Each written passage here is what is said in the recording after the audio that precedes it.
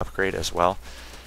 I think SLush is a little bit scared of another pylon here, or he may be trying to establish this space here, doing a little bit of a transfer with those drones from the natural and the main. So he is taking down these destructible rocks. They go down very slowly to the Zerglings. No upgrades on the Zerglings here. See a changeling about to make its way into the perhaps into the base of Kiwikaki here. Just this blob until it gains sight of that Protoss player. See both players just standing back here. Not much in army for either player, just working on their economies. Do see the first Phoenix is going to scout this third hatchery for SLush and then make its way into the natural and main of SLush. Perhaps see which tech path, which lair tech SLush has decided to go for.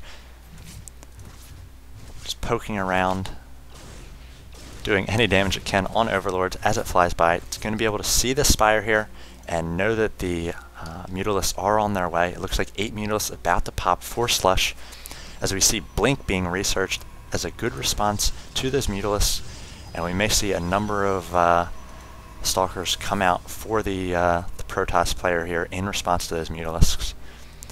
See the Mutas being rallied to the west side of this map, perhaps going after the natural of Kiwikaki. SLush is going to have to put some pressure on Kiwikaki as he is a bit behind from that initial loss of hatchery. It looks like Kiwikaki has pushed out a Void Ray, going to be trying to take down this hatchery here. Not much air defense for SLush. The Queens are not going to be able to get here. There's no creep connecting that third base to the natural or main. And it looks like SLush instead is going to try to go all in here for an attack on the natural of Kiwikaki. He's going to be able to take down that cannon there and a few of these workers. I think 2 or 3 workers there, but not much damage can be done with these Stalkers. Blink is about 3/4 of the way done. And he does have sight with this Phoenix. He's going to be able to see the movement of these Mutalisks. This Void Ray is still fully charged, working on this hatchery. It's going to be able to take it down. I don't think there's anything SLush can do about it. Mutalisks are not going to be able to get there in time. So he's going to lose another hatchery, his second one of the game. If we look at the income tab for both players, very strong economies, 1,400 to 1,300, 60 Harvester advantage, 61 now to 47 for Kiwikaki.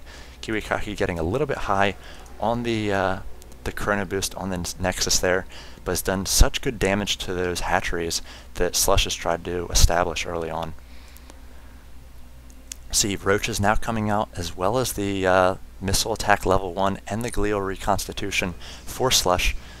We see a Mothership coming out for Kiwikaki, so very interesting here. Ground weapon level 2, and this Mothership, along with Blink, going to be very strong against these Mutalisks.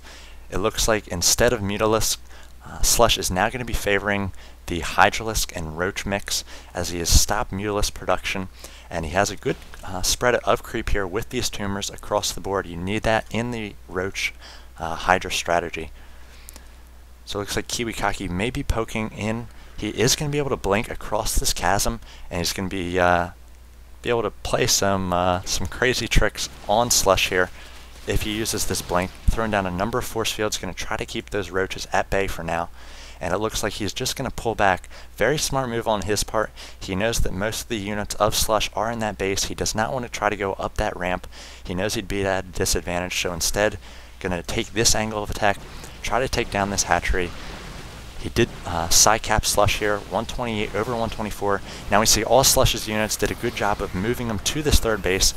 He just has a potpourri of units here, a number of Banelings. They're not going to be able to get in with these good force fields by Kiwikaki. And then a few Roaches, Hydras, and Mutalisks.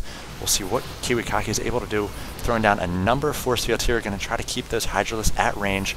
Needs to back up, perhaps use some Blink Micro here to take down those front units. Keep those force fields up. He does have the Guardian Shield up, going to reduce the damage of all the units of SLush. The Roaches, Hydras, and the Mutalisks all do reduce damage with that Guardian Shield up. Now just going to retreat back with these Stalkers. He's established a third base in the center here and a number of cannons for defense. His Mothership is up. He's just using it in the main here to cloak these few probes, and maybe trying to save up a little bit of energy for that Mothership as well. SLush does not yet know about this, as Kiwikaki is going mostly Stalkers at this point. Hydras are going to be very strong against these Stalkers. So SLush may feel comfortable here. He's trying to get up this hatchery again. It is going to go down to these stalkers as they move into the back door of SLush. He did cancel that hatchery, so not losing another there. These stalkers are going to be able to wreak havoc on these overlords, perhaps side-capping SLush once again. But he got to feel good about these roaches with speed and these hydralisks against these stalkers. See a great blink there. Remaining few stalkers are going to be taken down, but it looks like he's going to try to focus down this hatchery with these stalkers. He may be able to get it down. The drones are being pulled off the line to try to take down the stalkers. May see a transfuse or two there, and now he is going to be able to recall those stalkers, and SLush has got to be thinking what's going on, and then immediately after he knows that was a recall, there's got to be a mothership on the board, and he's not going to feel good about that. See, SLush is working on his level 2 attack. So we see more photon cannons being warped in by Kiwikaki at this center position. So the mothership, stalkers, and photon cannons going to be very powerful in the center of the map here. SLush needs to move out before he can rally any more stalkers to this position. He's going to try to take down these stalkers, which he can see, moving in an overseer. So the cloak is no longer going to be an issue. He also has a corruptor working on this mothership, but just not enough units, especially with these great force fields, keeping his roaches in the back. So we see more and more stalkers being warped in, and SLush just has to GG. He's not able to take on these cannons and these stalkers. Maybe a little bit of an early GG, but he was mined out at his main. He did not have a hatchery here. He did not have his third hatchery there, and this was all the units he was going to be able to afford, and he knows it was just not going to be enough against this mothership. These stalkers, the Kiwikaki was constantly warping in, and the photon cannons he had thrown up in the center of this map. So very interesting play on this map, taking advantage of the features, the space here, the rocks here. Kiwikaki did a great pylon placement. The +1 timing attack with the zealots and the warp gate tech all came up at the same time. Beautiful play.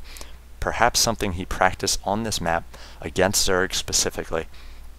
And SLush was just not able to recover from the loss of that hatchery, and especially the loss of this hatchery here. If he was able to get up 3 bases, 1 more than Kiwikaki, he might have been able to recover. And Kiwikaki did a great job with the blink stalkers to make sure that SLush was not able to do much harassment with those mutalisks. So very interesting play from Kiwikaki here. Yeah, I'd never really seen that combination of timing attack before with those zealots, and especially on this map.